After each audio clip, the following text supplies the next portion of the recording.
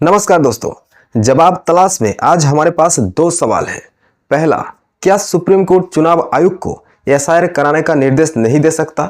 दूसरा, क्या चुनाव आयोग सुप्रीम कोर्ट से भी बड़ा है? मैं ऐसा क्यों कह रहा हूं, पहले इस खबर को पढ़िए। ये आज तक का खबर है। सुप्रीम कोर्ट चुनाव आयोग को नहीं दे सकता एसआईआर कराने का निर्देश। इलेक्शन कमीशन ने दाखिल किया जवाबी हलफनामा। जागरण का खबर देखिए। हमारे अधिकारों पर अतिक्रमण, देश में नियमित अंतराल पर एसआईआर करवाने के आदेश का चुनाव आयोग ने किया विरोध। दैनिक भास्कर का खबर देखिए। चुनाव आयोग ने बोला, वोटर लिस्ट बनाना बदलना सिर्फ हमारा काम, एसआईआर करवाना विशेष अधिकार, सुप्रीम कोर्ट का निर्देश देना हमारे काम में दखल। ऐसा न्यूज लगभग हर अखबार में आपको मिल जाएगा। दोस्तों, कुछ लोग जब अचानक किसी बड़ी कुर्सी पर बैठ जाते हैं या बिठा दिए जाते हैं तो या तो वे बहक जाते हैं या फिर अहंकारी हो जाते हैं।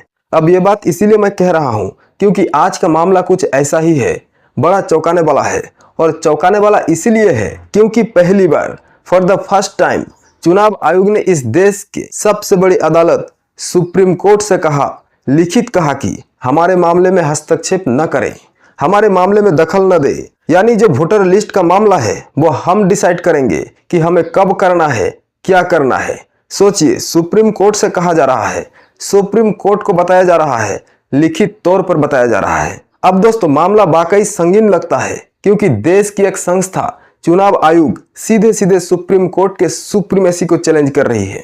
और अगर यही हाल रहा तो कल पुलिस जो है वो अदालत में खड़ी हो जाएगी और सुप्रीम कोर्ट से कहेगी कि एफआईआर दर्ज कराना हमारा काम है, जांच करना हमारा काम है, आप दखल न दें।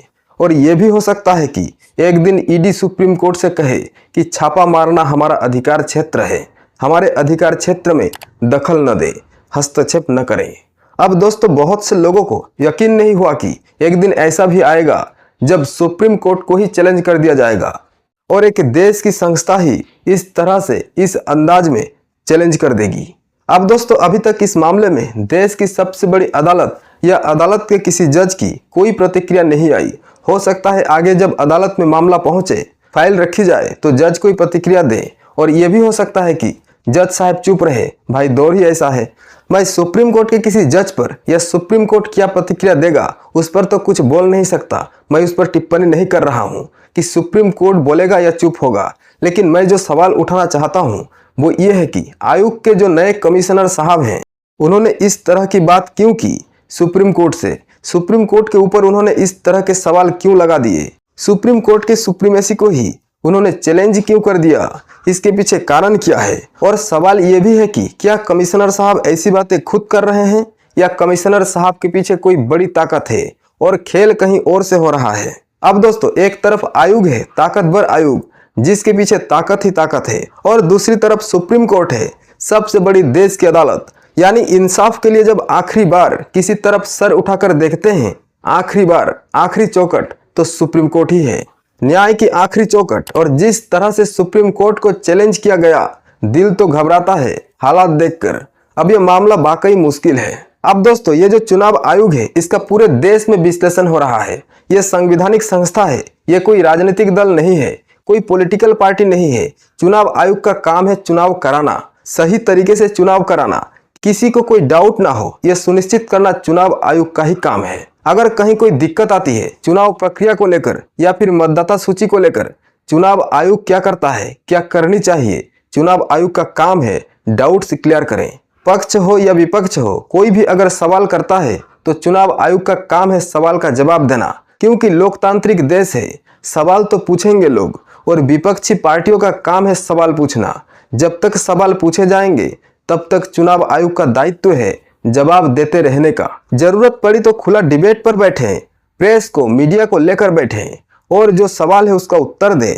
अब दोस्तों, आप बताइए, आप सोचिए, लोकतंत्र का मतलब क्या है?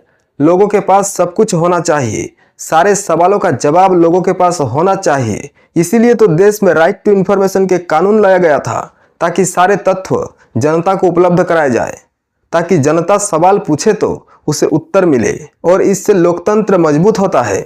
दोस्तों, आज के जो चुनाव आयोग है उसे और पारदर्शी होना चाहिए, किसी को धमकी नहीं देना, जवाब देना है। अब मैं ये नहीं कह रहा हूं कि विपक्ष के सवाल जायज है या विपक्ष सच बोल रहा है। मैं ये नहीं कह रहा हूँ, मैं बस इतना कह रहा हूँ कि सवाल कैसा भी हो, चाहे विपक्ष से पूछा गया हो, चाहे जनता के बीच से पूछा गया हो, चाहे जनता के बीच से कोई पूछ रहा हो, चाहे सवाल तीखा हो, चुनाव आयोग को जवाब दे देना चाहिए, वो भी तथ्यों के साथ। जहां तक पारदर्शिता दिखाया जा सकता है वहां तक दिखाना चाहिए। सुप्रीम कोर्ट में जाने की जरूरत ही नहीं पड़ेगी। लेकिन हो रहा है उल्टा। चुनाव आयोग जवाब देना नहीं चाहता। चुनाव आयोग तो किसी की निजी संपत्ति नहीं है। अगर कोई बना लिया है तो वो अलग बात है, लेकिन जनता जब चुनाव आयोग से सवाल का जवाब मांगती है तो जवाब नहीं मिलता है।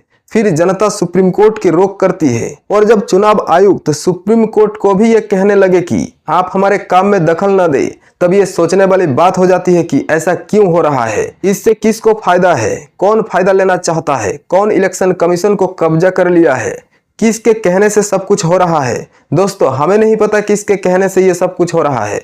हमें ये भी नहीं पता चुनाव आयोग झूठ बोल रहा है या सच बोल रहा है। अब दोस्तों ये खबर देखिए।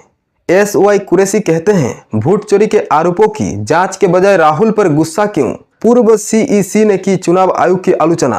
अब क्या कहेंगे आप? पूर्व मुख्य चुनाव आयुक्त SY कुरैशी ने राहुल गांधी के वोट चोरी आरोपों पर चुनाव आयोग की प्रतिक्रिया की जोरदार आलोचना की। उन्होंने कहा कि राहुल गांधी विपक्ष के नेता हैं, उनकी बातों की गंभीरता से जांच होनी चाहिए। कुरैशी ने चुनाव आयोग को केवल निष्पक्ष नहीं बल्कि निष्पक्ष दिखने की भी सलाह दी। अब हम तो कुछ नहीं कह रहे हैं, सारी बातें खबर में आ रही है। अब पूर्व चुनाव आयुक्त ने भी यह कह रहे हैं कि सारी बातों की जांच की जाए, सारे सवालों की जांच की जाए और सही तरीके से जनता के सामने रखी जाए ताकि डाउट्स क्लियर हो सके। और सुप्रीम कोर्ट ने तो यही कर रहा है, दोनों पक्षों की बातें सुन रहा है, और जहां पर सुप्रीम कोर्ट को लगता है कि सुधार की जरूरत है वहां सुधार की बातें करता है। और दोस्तों, सुप्रीम कोर्ट तो संविधान से चलता है, संविधान के तहत बातें करता है। सुप्रीम कोर्ट का खुद का कुछ नहीं है यहाँ पर।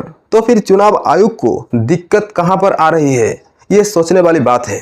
अब दूसरा सवाल जो था, क्या चुनाव आयोग सुप्रीम कोर्ट से भी बड़ा है? यहाँ पर तो हम ये बात कह सकते हैं कि देश के सबसे बड़ी संस्था है सुप्रीम कोर्ट। कहीं पर भी कुछ गलत हुआ या फिर गलत होता हुआ देखा जाता है तो सुप्रीम कोर्ट इंटरफेयर करती है, जांच करती है और संविधान के तहत काम करती है। और इसी सुप्रीम कोर्ट को अगर चैलेंज किया जाए, जनता इसे किस नज़र से देखेगी, आप इसे किस नज़र से देखेंगे, और सुप्रीम कोर्ट इस चैलेंज को किस तरह से लेता है, ये भी देखने वाली बात होगी। क्योंकि अगर इस परंपरा को यानी सुप्रीम कोर्ट से भी सवाल करने का परंपरा की शुरुआत हो जाती है तो शुरू में मैंने कहा था पुलिस भी सवाल करेगी, ED भी सवाल करेगी, तब सुप्रीम कोर्ट सवालों के घेरे में आ जाएगा और हर कोई सुप्रीम कोर्ट से सवाल करेगा, सुप्रीम कोर्ट को ही कटघरे में खड़ा करेगा। सुप्रीम कोर्ट का कोई क्रेडिबिलिटी नहीं रह जाएगी। फिर लोकतंत्र का क्या होगा? फिर जनता की जो आशा के किरणें हैं सुप्रीम कोर्ट से, वो डगमगा सकता है। इसीलिए ऐसा लोग कह रहे हैं कि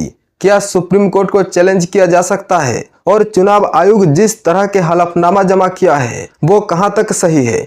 लोग ये भी कह रहे हैं चुनाव आयोग जवाब देने की बजाय सलाह देने लगा है, ऐसा आरोप लग रहे हैं। दुनिया भर के बहुत सारे न्यूज चैनलों में इस तरह की चर्चाएं हो रही है। मैं बस इतना कहना चाह रहा हूं। और दोस्तों, हमें थोड़ा इंतजार करना है सुप्रीम कोर्ट की ओर से क्या टिप्पणी सामने आती है और चुनाव आयोग के लिए सुप्रीम कोर्ट का क्या निर्देश होता है, ये देखने वाली बात होगी। और ऑब्वियसली सुप्रीम कोर्ट जो कुछ भी करेगा वो संविधान की तहत ही करेगा। अब आने वाले कुछ दिनों में इस मैटर को सुप्रीम कोर्ट के सामने रखी जाएगी। अब देखते हैं आगे सुप्रीम कोर्ट का रुख क्या होता है। आप बने रहिए हमारे साथ। नमस्कार।